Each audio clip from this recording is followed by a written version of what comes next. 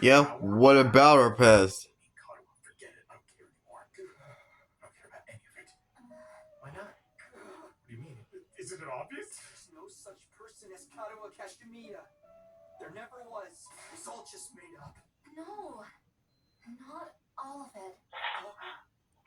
White.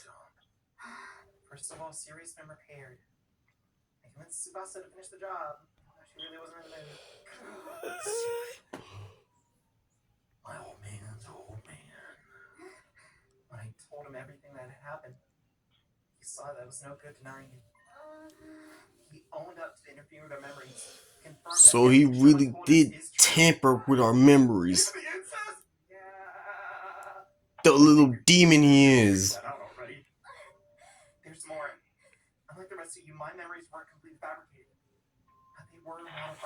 Modified.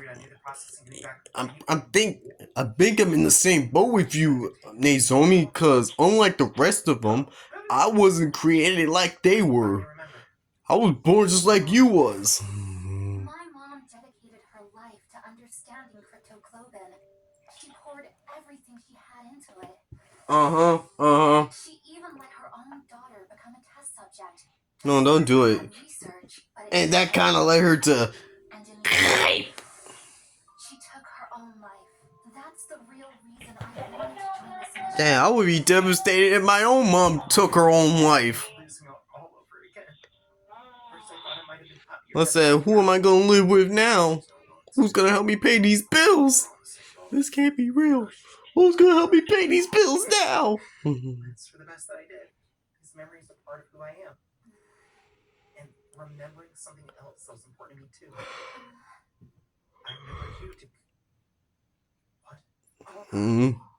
Him.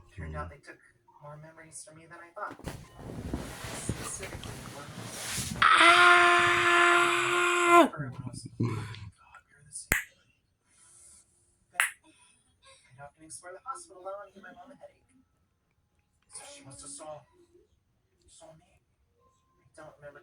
Because the rejection symptoms were so rough, but guess what? That had nothing to do with it. The rejection symptoms had nothing to do with it. I remember it all now. Like I said, I used to wander around the hospital while I was waiting for my mom to get to work. But there was one room I was told never to go into. I was only a kid, so my curiosity got the better of me. It was full of weird machines with these clear capsule-like things on them. I was kind of scared, but I walked up to the nearest one and looked inside. When I did, I could hardly believe what I was seeing. Inside the machine was a boy, about the same age as me. This next part might just be a coincidence, but when I looked in the pod, the boy opened his eyes. It was him. At least, I think he did. Do you think, or do you know? The strangest thing was, I wasn't afraid. I had to keep my mom's research, and the fact that I was helping with it a secret from everyone. I kept my distance from my classmates, and even if I did talk to them, I never had time to hang out with anyone on the weekends. But when that boy smiled at me, I felt like I finally made a friend. That's how it seemed to me at the time, anyway. I snuck into that room again and again to talk to the boy in the machine. Most of the time, his eyes were closed, but I like to think he could hear me. He was the one person I could be completely honest with. I could talk to him about anything. Things I enjoyed, things I found annoying, even what side when my dad died, or about the scar on my stomach. The scar on your stomach? While I was talking to him, his eyes opened a little, and then he lifted up his arm and put his hand on the glass. It was like He smiled. he was trying to reach out and touch me. I was so happy because it Touch you in what way? No, nope, nope, nope. Stop. And he wanted to be friends too. But then, despite how much he meant to me, I forgot all about him. Until I got Siri to help me remember. That's not your fault at all. They really erased your memories?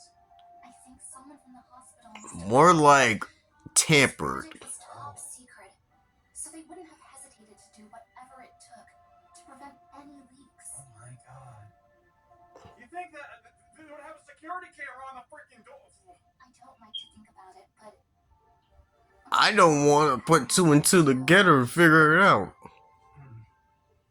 with my memories of that boy gone, I probably never would have met him again. But then how did you know Tacky? But somehow, I Well, be did. quiet and we'll find out. When I came here, So, that boy in the pod was me? I think so. Yes. Or rather, I'm sure of it. It was definitely Yeah, it had your name on it. We really did know each other before we came here. You're that same boy I spoke to about so many things. You heard my voice, saw my face, and learned about my feelings. And so, that Takumi, dreams, or I don't know, like maybe imagined, Katawa? Alright. I mean, I'm just speculating, but you were probably being fed memories about a fictional version of the complex while you were being raised in that pod. Isn't it possible some information about me got mixed in with them? They did. Even if you weren't aware of it, your brain must have processed my face, my voice, and other things about me. It's like when stuff you've seen during your day turns up in your dreams. so that's why Katawa was the way she was. She was never real. That's why she looked just like you?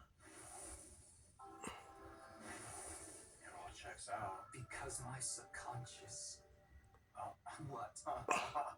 Projected you onto the childhood friend in the false memories I was being fed. God, you could never guess that in a million years.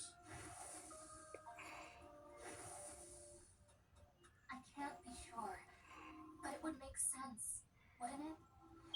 Although, in that case, I think I owe you an apology. When you came to What rescue for? Sam's last defense academy, I thought that was our first meeting. No. It turns out, I'd just forgotten you. You humored me, but you knew we weren't strangers the whole time. You kept all those precious memories safe for me, in your own way. Takumi, I know I've got no right to tell you how to feel about this, but just because your memories were created for you, that doesn't mean you have to give up on life. I mean, it wasn't all a lie. Your memories of Katawa and of me, they're real. Right. God. The same goes for everything that's happened since we got here. Right, that's all real. That's all us. The days we've spent together at this academy, those are undeniably real. Don't get me wrong. I'm not saying you should continue fighting. Not for people like me. In fact, I prefer it if you didn't. From now on, I'll protect you guys instead. You'll protect us. Yes. No, Nozomi. Let me fight with you. You can't take on those enemies by yourself. If it means keeping you safe, anyway. That's all I wanted to say. Thanks for listening. I should get going. God dang, sucks to everybody else except Takumi, but holy dog. Morgan answered Nozomi turned away and went back to her own room. Kept my eyes on her every step of the way until she disappeared from view. Still seized by the same